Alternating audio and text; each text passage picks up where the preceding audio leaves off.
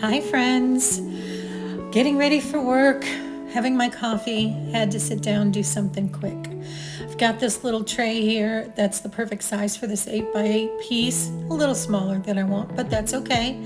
Gonna add some paint and make some circles, and from there we'll make a wreath. The idea behind getting these little circles on here really kind of helps us to, right off the bat, see they're uneven and just kind of spread out. Just gives us that initial foundation, the framework for the rest. So I'm going to start with some little twig shapes to kind of start that whole process there. When you're doing this, you'll notice I'm using a liner brush, and that allows me to get really thin lines and get them, they're really free. So you'll see I've got the paint mixed over on the side, and a lot of times I'll literally lay the brush in it because this type of a brush will really kind of hold a lot of paint and allow you to go pretty far with it. You see I'm just continuing along. I'll get that a little more diluted, but other than that, it's called a rigger, or some people will call a liner, and it really sometimes depends on the length of it. So this is one of my favorite brushes when I'm doing any type of trees or bushes or anything very organic like this.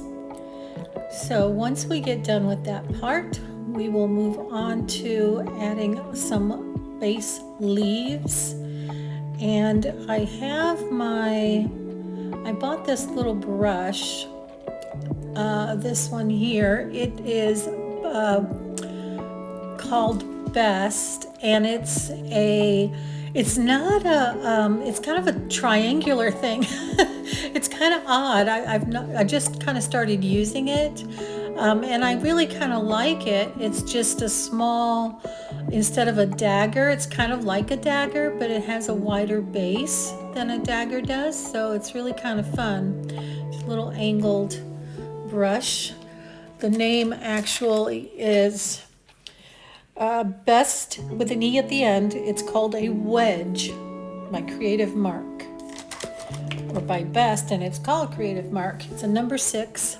I really kind of like it, but I'm very selective about where I'll use it because I just haven't gotten used to it enough. You'll notice I'm using the A Gallo as well as Daniel Smith. The color right now that I'm using is called Fig Green from A Gallo, but you can use any colors that you like. I kind of had a little bit of a fall feeling this morning, so some of the colors I'm using are going to be in that range, but you can do, the beauty of this is you can do whatever you want. Just try to keep a little balance as you go around. You'll see I'm moving my paper around pretty frequently.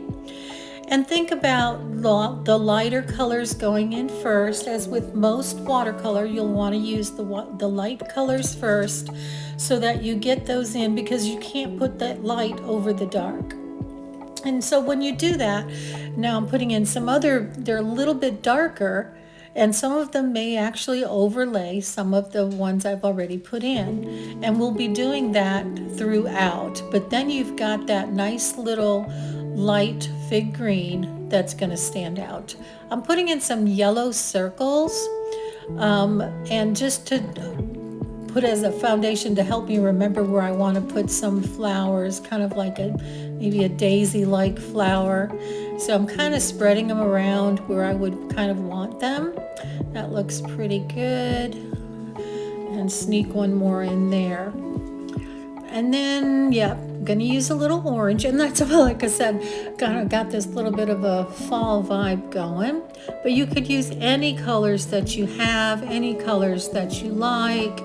And the thing is, with these kinds of paintings, I've got these really nice paints. They are very expensive, but for this, when I first started doing this type of work, I was using a very inexpensive paint set.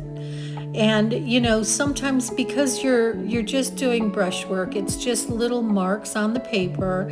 And while you do want to make sure you have color light fastness, and make sure you've tested your colors on a piece of scrap or something so you know how they're going to look on the paper.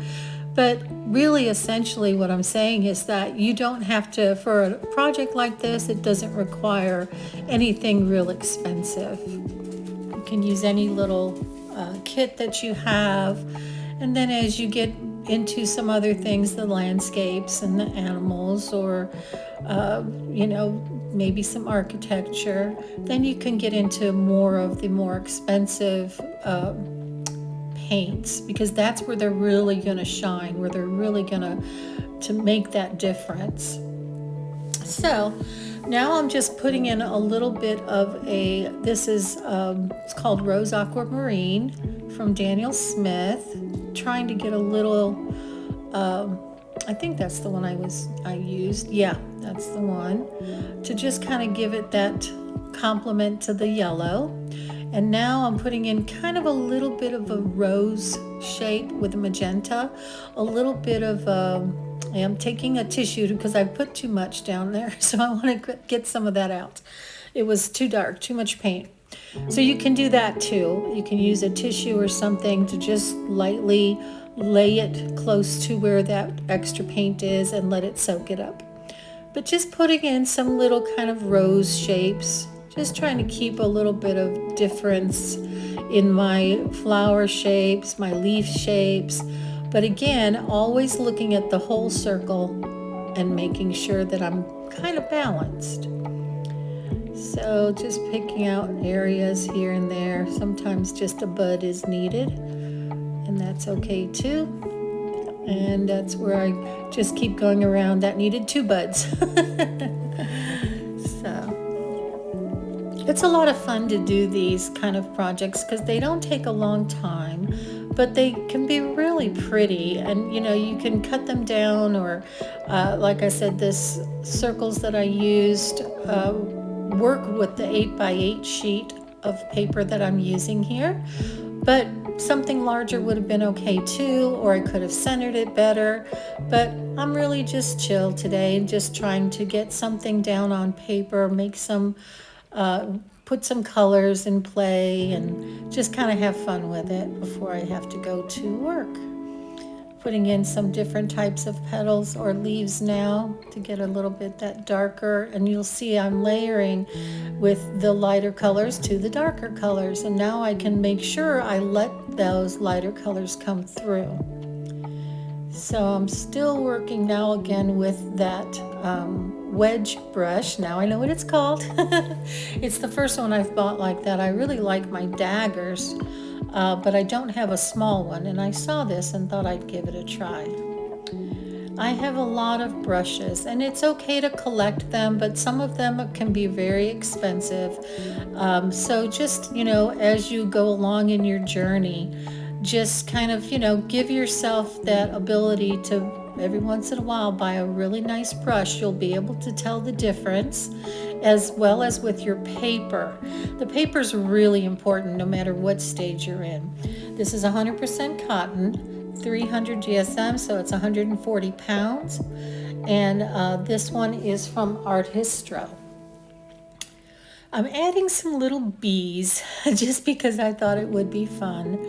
Just a couple of them in here, just as a kind of finishing touch, because I feel I've got balance, but now I need that additional whimsy, which they're very easy to do. So if you watched, I just put some yellow lines down, some black in between, tiny little legs, and then some little wings.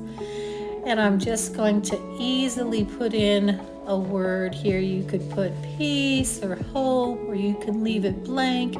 You could cut it out and put a picture in there, whatever you want to do. Now, because that's so light, I'm going to go in and drop in some additional colors. And that's going to kind of give it some real life. I'll mix some different colors, just kind of drop them next to each other in different parts. So coming in with some orange now, and it just adds a whole new dimension to that script. And that's really about all it takes to create something that is just going to bring you joy. So I hope you do try this. I hope you'll subscribe if you're not already, and hit like, because that does help my channel. I hope you have a wonderful day, and I will see you in my next video. Thank you.